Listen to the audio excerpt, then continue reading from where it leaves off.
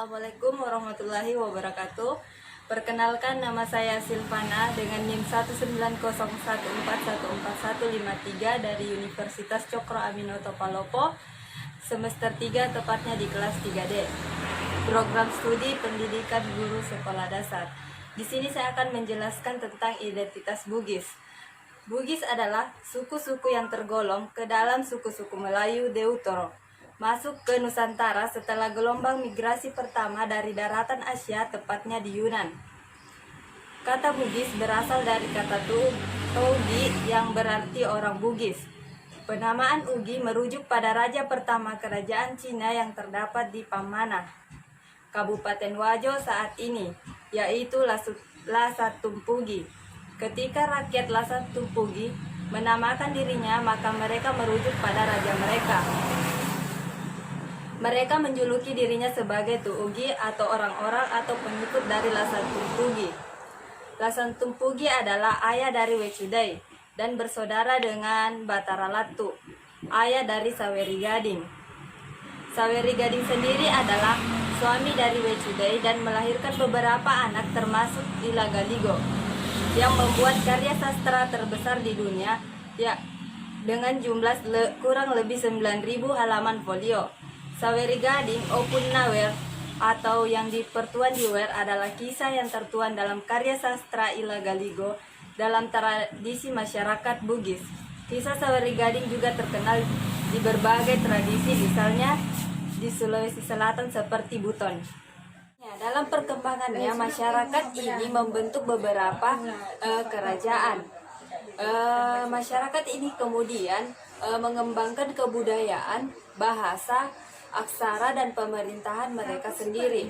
Beberapa kerajaan Bugis klasik antara lain adalah Luwu, Bone, Wajo, Sopeng, Supa, Swito, Sidene, dan Rampang.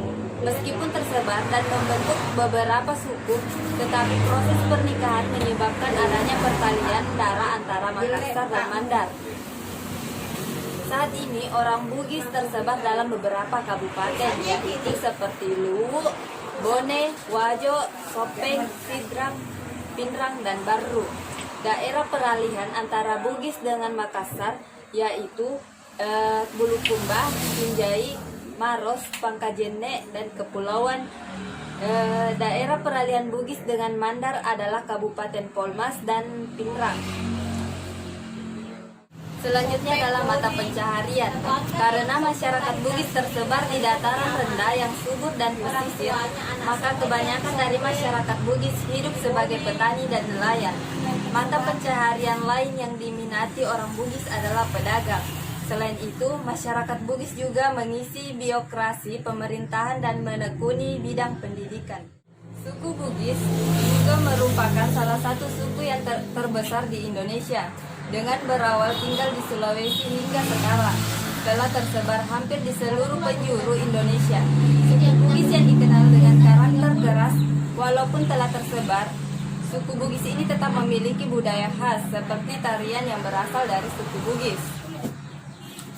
Tidak hanya itu, suku Bugis juga memiliki rumah adat, bahkan memiliki adat istiadat dalam beberapa acara pernikahan. Contoh tarian yang berasal dari suku Bugis. Yang pertama, tari Padupa Bosara. Tarian ini menggambarkan tentang penyambutan tamu dari suku Bugis.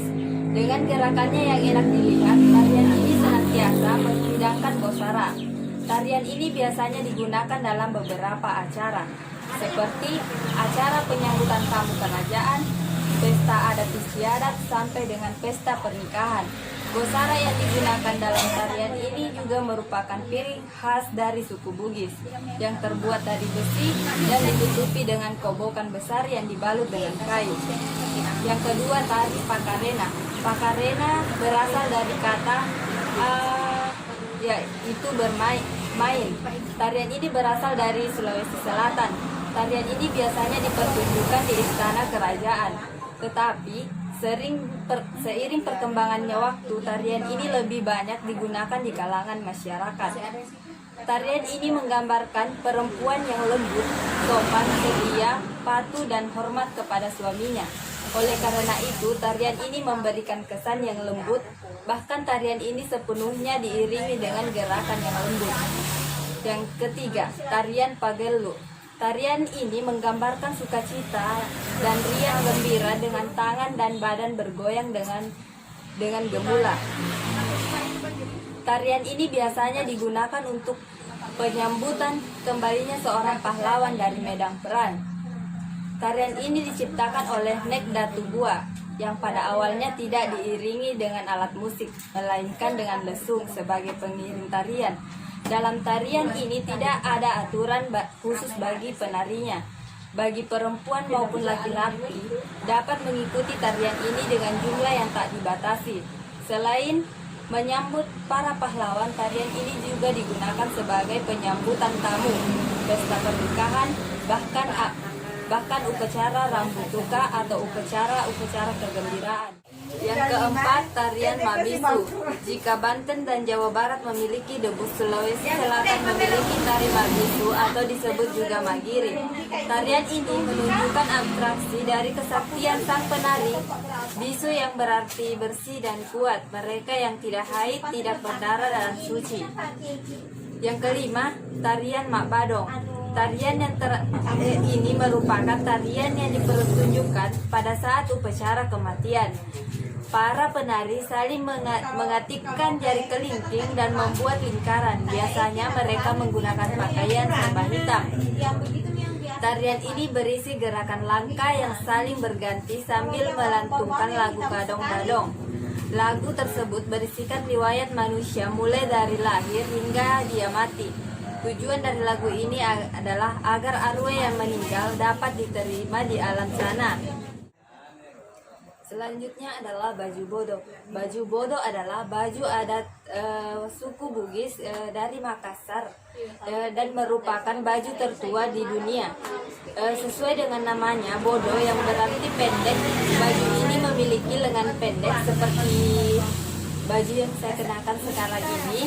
Dahulu baju bodo dipakai tanpa baju dalaman sehingga memperlihatkan payudara dan lekuk-lekuk dada pemakainya, dan dipadukan dengan sehelai sarung yang menutupi bagian pinggang ke bawah badan seperti yang saya kenakan pada saat ini. Namun seiring berjalannya waktu, pengaruh masuknya agama Islam ke Indonesia kemudian merubah cara pemakaian dalam berbaju bodo, seperti pada saat itu sudah menggunakan dalaman seperti manset yang saya gunakan pada saat ini. Pakaian tradisional ini juga sering dipakai untuk acara adat seperti upacara pernikahan, tetapi sekarang penggunaan baju bodo ini sudah semakin meluas untuk berbagai kegiatan, misalnya dalam lomba menari di sekolah maupun menyambut tamu-tamu.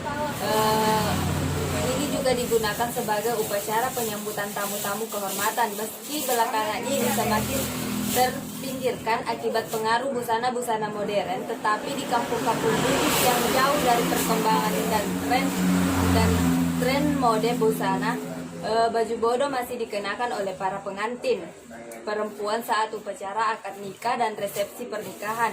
Begitu juga dengan ibu pengantin, pendamping mempelai, dan para pagarayu. Selanjutnya adalah ciri khas dari baju bodo. Baju bodo biasanya didesain dalam bentuk segi empat, bagian bawah terbuka dan bagian atas ada lubang leher seperti ini. Garis lingkar lubang leher baju bodo menggunakan garis V, yakni berbentuk lancip di bawah dan melebar di bagian atas. Bentuk lengan pada baju bodo adalah lengan stali yang tidak memiliki sambungan jahitan pada bagian bahu. Kesan menggelembung berbentuk karena pada saat pemakaian agak disisingkan ke atas. Sisi samping blus wanita yang dikenal dengan baju bodo dijahit dari ujung lengan sampai ke ujung badan bagian bawah. Bentuk bagian badan blus menggelembung karena tidak letak lingkar.